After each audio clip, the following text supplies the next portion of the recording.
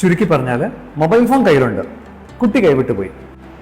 ഡോക്ടറെ, ഒരു mobile phone അഡിക്ഷന്റെ case ഞാൻ റെഫർ ചെയ്തിരുന്നില്ലേ, ഒരു ചെറിയ കുഞ്ഞ്, എന്തായി കാര്യങ്ങൾ?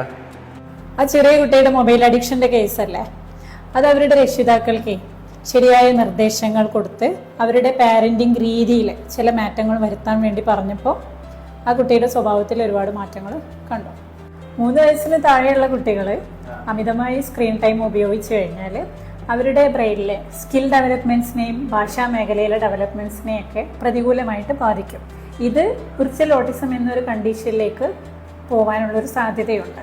ചെറിയ കുട്ടികൾക്ക് ഭക്ഷണം കഴിക്കാൻ വേണ്ടിയിട്ടോ അല്ലെങ്കിൽ അടങ്ങിയിരിക്കാൻ വേണ്ടിയോ മൊബൈൽ ഫോൺ കയ്യിൽ കൊടുത്ത് അമിതമായി ഉപയോഗിക്കുന്നത് മൂലം കുട്ടികളുടെ മാനസിക വളർച്ചയെ പ്രതികൂലമായിട്ട് ബാധിക്കാൻ സാധ്യതയുണ്ട്.